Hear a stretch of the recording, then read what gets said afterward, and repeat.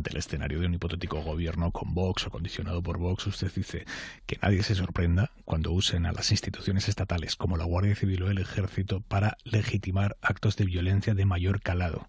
Sí, lo creo firmemente, porque hemos tenido históricamente ejemplos, porque la adulación permanente hacia determinados cuerpos y demás, cuando estás en el poder, es mucho mayor que si lo haces desde la calle o desde la oposición, ¿no?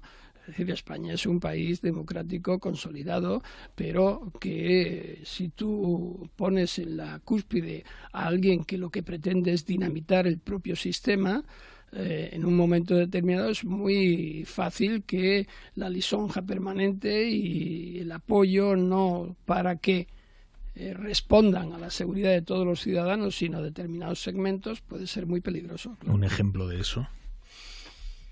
Ejemplos habría muchos. En Brasil, por ejemplo, con Bolsonaro y... Sí, fuera de España los hay, ¿no?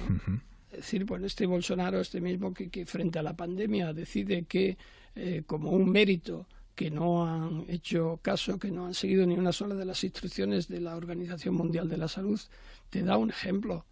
Un gobierno como ocurrió un país como Bolivia, en que en determinada situación, auspiciados por unos mecanismos de extrema derecha que son los que dirigen, por ejemplo, la Organización de Estados Americanos y con el apoyo soterrado del propio Estados Unidos, consiguen dar un golpe de Estado en Bolivia, cambian el régimen, acusan de terrorista al presidente y después se hacen las elecciones y vuelve a salir el mismo, claramente manipulada toda la situación anterior. Cambiaron la situación, cambiaron.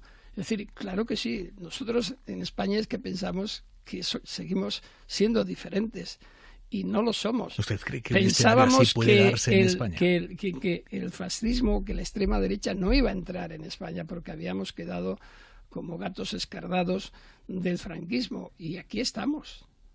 Y se ha facilitado el regreso de esa extrema derecha y se ha facilitado el aumento de la extrema derecha. Después no nos quejemos.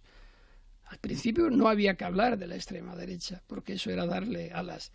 Después no tenía importancia. Finalmente no hubo acuerdos entre las fuerzas progresistas y que ocurrió un despegue en número de escaños tremendo y que ahora, sumando con la derecha, estén en puertas, ojalá que no, de dar un cambio histórico, en este caso sí, y no para bien, en nuestra democracia.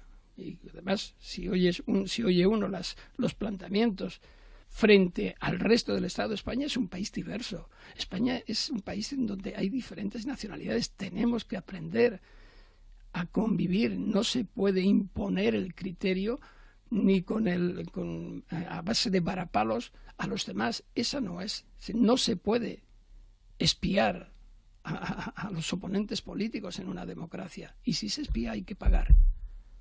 Pero si no se paga y esto se queda en tierra de nadie, se desmerece y se devalora la democracia.